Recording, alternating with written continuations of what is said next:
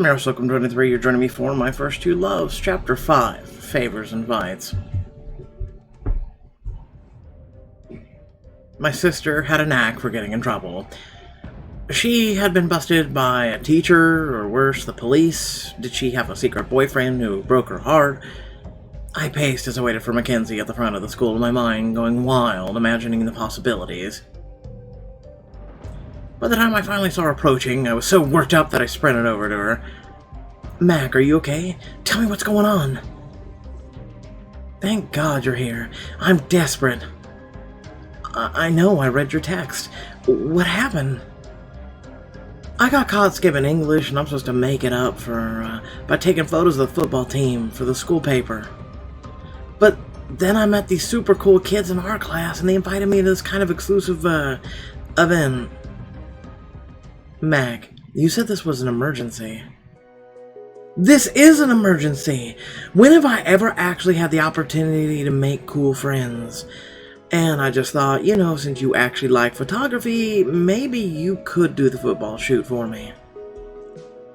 "Are you kidding me?" "That defeats the purpose of the entire assignment." "But the assignment is dumb! How does taking photos teach me anything about not skipping school? It just makes me want to skip more." "We really need to work on your concept of responsibility. I know it's asking a lot to pass this off on you, but I really do want to get to know these people. I got so out of the loop this summer, I'm trying to find my friend group, With a pang of sadness, I remembered how much things had changed while I was away. I definitely felt her pain. "And I'll give you sister bucks." "The hell is sister bucks?" 50. "That's extortion." "Take it or leave it."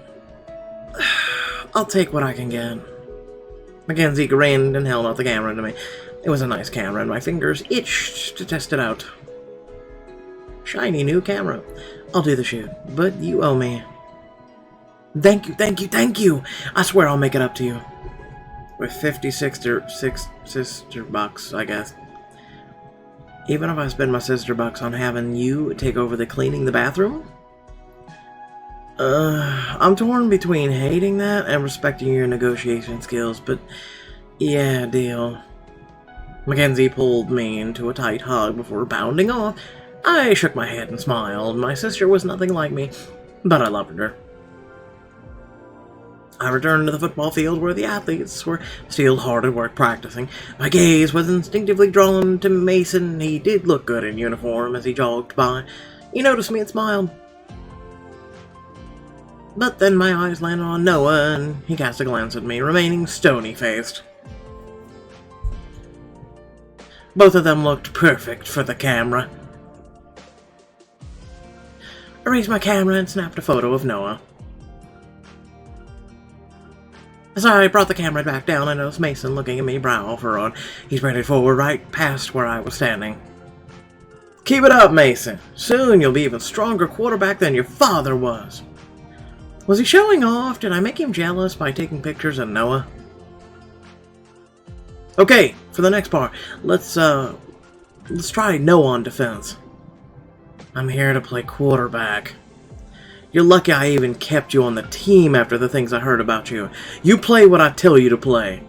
Wow, the things I heard about you. I watched the guys move into position. Noah stared across the line of scrimmage at Mason with fire in his eyes. "You won't break his arm. You won't do it." Mason knew exactly what was coming. He pivoted left and then ran the ball forward. Easy touchdown. But Noah didn't give up on the play. He sprinted after Mason, tackling him hard at the 1-yard line. The coach blew his whistle as the boys tumbled to the ground. "Jennings, you okay?" "I'm fine. He barely touched me." "Bull, Harris, hit my star quarterback again and you're off the team." "Whatever you say." I wasn't sure why a coach had called Noah out. It looked like a normal tackle to me. "Good riddance. Dude belongs in jail, not on a football field." My blood boiled as I overheard that. Not one guy on the team was even giving Noah a chance. Maybe no one had given him a chance. Ever. No, Yep. Been there. Got a t-shirt. A little hat, too. I jogged up to keep with Noah's long stride. He turned when he heard me approaching. First you take photos of the team. Now you're following me. Are you stalking me or something? Well, actually, I just wanted to see if you're okay. He snorted and looked away. Why wouldn't I be? Honestly, you should be mad right now. The coach was totally being unfair. I mean, tackling is part of football. He seemed biased. He was practically drooling over Mason and he fouled you the minute you touched him. Noah lets out a small, humorless laugh. You want to know what it is? It's simple, the coach is afraid of me. I'm sure you've heard the rumors. I've heard you went to juvie, and it sounds like it was serious.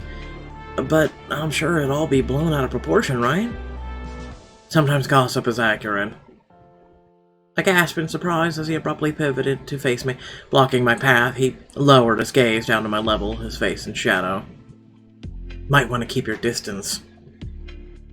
I'm not afraid of you. Maybe you should be. There was something dangerous about this grin. A shiver ran down my spine. If I didn't know better, I'd think you want people to keep their distance. Maybe I do. He looked at me long and hard. I held his gaze, hoping I didn't look intimidated. Part of me was screaming that I should turn and walk away, but part of me didn't want to. I don't care if people talk crap behind my back. It means I don't have to pretend to like them. Yeah? So you're saying this is all an act? I'm saying that I don't care what people think about me. Everyone does. Don't bullshit me. Even I say that, and I still do. You know what I think? I think you're hiding behind this tough guy act because you're scared. You've come back to school and you feel like you're completely out of the loop and no one will let you in. I'm not saying I understand everything you've been through, but I do know what it's like to feel like you're outside looking in. And when you stuck up for me with Darren, that wasn't the kind of guy who doesn't care about anyone would do. Noah kept his face stiff and expressionless, but something softened his eyes. He still hadn't moved, and we were standing so close. Finally he smiled. Just a half smile. More of a smirk, but still a smile. You're not what I was expecting, Emma. Sorry, it was nice of you to check on me. You look frustrated. Yeah, well, I think Coach doesn't want me to damage his star player. Noah practically sneered the word star, and the bitter look I'd seen on the field crossed his face again. Is there a story with you and Mason? What's to tell? He's a golden boy who has it all. I'm not. That's not really it. I don't buy it. There's a little more to it than that. Something that happened freshman year, but it's a long story. Maybe I'll tell you sometime. I'd like that. He eyed me curiously. I saw the way you looked at him on the field. You couldn't take your eyes off of him. Well, you seem awfully curious. You have a problem with that. Who's stalking who now? He looked away. I could tell there was more he wasn't telling me. Hey, thanks again for, checking in. I'm just flattered that you'd break the lone wolf act long enough to talk to me. He snorted and cast at me a look, the corner of his mouth curled up into a smirk. Don't change that attitude of yours, Emma. I like it. He jogged back onto the field, and I couldn't help but grin. Headed for the water cooler where Mason was getting a drink. He waved as I approached. I could have sworn I saw you taking photos. I didn't know you were such a super fan. Mac wrote me into taking pictures of the team for the school paper. Long story. Sounds like a classic Mac scheme. In your professional opinion, how's the team looking? You're showing off for me. To my surprise, Mason blushed a little, rubbing the back of his head sheepishly. Maybe a little, for the camera. I'll see if I can get you on the front page, Mr. Limelight. The sound of the coach's whistle shrilled through the air, summoning the players back onto the field. Good luck with the photos, and if you need some, Adonis-like football player to look camera ready, look no further. He held up his biceps and exaggerated. pose. He was goofing around, but his arms did look really good. I quickly snapped a picture. Thanks. Give me his number if you see him. Ooh. He laughed and stuck out his tongue, jogging backwards to the field. As I continued snapping photos, I caught Noah's eye. Was he watching us, or was he just checking me out? I took a picture of him, too, glowering in my direction. The boys took their starting positions. I lined up my camera for the perfect action shot. Okay, so here's the thing.